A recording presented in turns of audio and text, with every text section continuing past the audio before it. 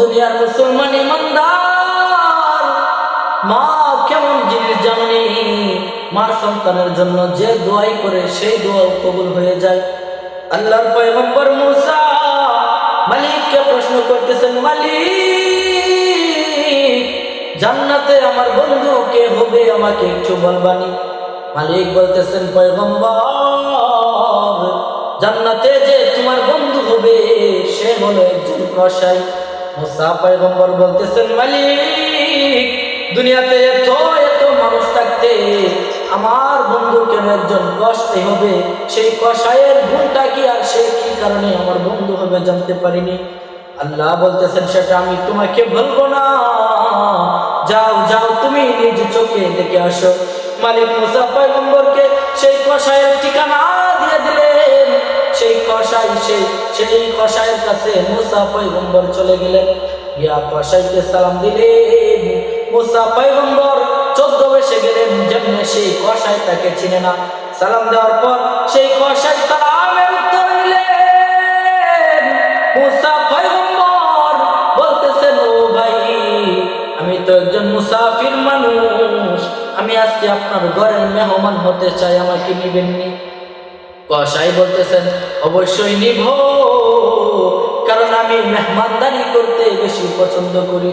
ওই কসাই মুসা পয়গম্বরকে তার সঙ্গে করে তার বাসায় নিয়ে গেলেন। মুসা পয়গম্বর ঘরের মধ্যে বসতেন, কসাই হাতের মধ্যে কি জানি খাবার নিয়া ঘরের বিছানার মধ্যে একটা বৃদ্ধা মহিলা কবুতরের বাচ্চার মতো পড়ে আছে। সেই মহিলাটাকে টান দিয়া খুলে নিলেন। মহিলাটাকে খুলে নিয়া হাতের খাবারটা সেই মহিলাকে খাওয়াইতেছেন। এইদিকে কসাইয়ের দুইটা সন্তান তার বাবার কোমরের মধ্যে জড়াইয়া দইরা বাবাকে বলতেছেন, বাবা ও বাবা ক্ষুধা লাগছে, আমাদের খাবার দাও।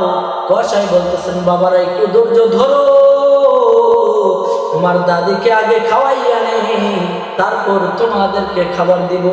দুনিয়ার মুসলমান ইমানদার কলিজার টুকরা সন্তানেরা বাবাকে দইরা খাবারের জন্য কান্না করতেছে। সেই কসাই সন্তানদেরকে আগে খাবার দেয় না, আগে মাকে খাওয়াইয়া তারপর সে সন্তানদেরকে খাওয়াইবে। মুসা পয়গম্বর ঘটনাটা দেখার পর সেই কসাইকে বলতেছে,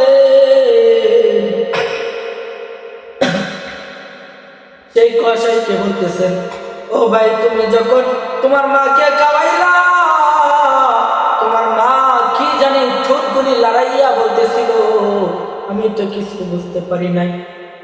আমার মনে হলো তোমার মা তোমার জন্য কিছু না কিছু দোয়া করছে।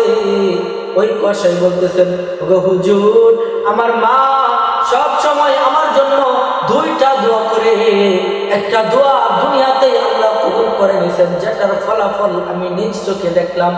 আমার মা প্রথম দোয়া করে, ওগো মালিক আমার সন্তানকে আপনি সব সময় হালাল রিজিক খাওয়ার মতো তৌফিক দান করো, এবং আমার সন্তান যেন ইজ্জতের সহিত ব্যবসা করতে পারে সেই তৌফিক দান করো। ওগো হুজুর আমার মার এই দোয়াটা কবুল হয়ে গেছে। আমি ছোট্ট একটা ব্যবসা করি, আমি ইজ্জতের সহিত ব্যবসা করতেছি, আমি সব সময় হালাল রিজিক পান করি, কিন্তু আমার মা যে দ্বিতীয় দোয়াটা করে সেটা কি করে আমার মা করে আমি জানি না। আমার মা দ্বিতীয় দোয়াটা করে, ও মালিক তুমি আমার সন্তানকে মুসা নবীর সাথে জান্নাতবাসী করিও। ওগো হুজুর আমার মা এই দ্বিতীয় দোয়াটা কবুল হবে কিনা আমি জানি না। আল্লাহর পয়গম্বর মুসা সেই কসাইকে ডাক দিয়ে বলতেছেন, ও যুবক তুই আয় আমার বুকে আয়, আমার বুকে আয়, তোর দোয়া তোর মায়ের দোয়া আল্লাহ কবুল করে নিছেন। আমি হইলাম পয়গম্বর মুসা, বনি ইসরাইলের নবী মুসা। আমি আল্লাহকে প্রশ্ন করছিলাম, মালিক আমার জান্নাতি বন্ধু কে হবে আমি জানতে পারি কি? আল্লাহ তখন আমাকে বলছিল তোমার জান্নাতি বন্ধু হবে একজন কসাই।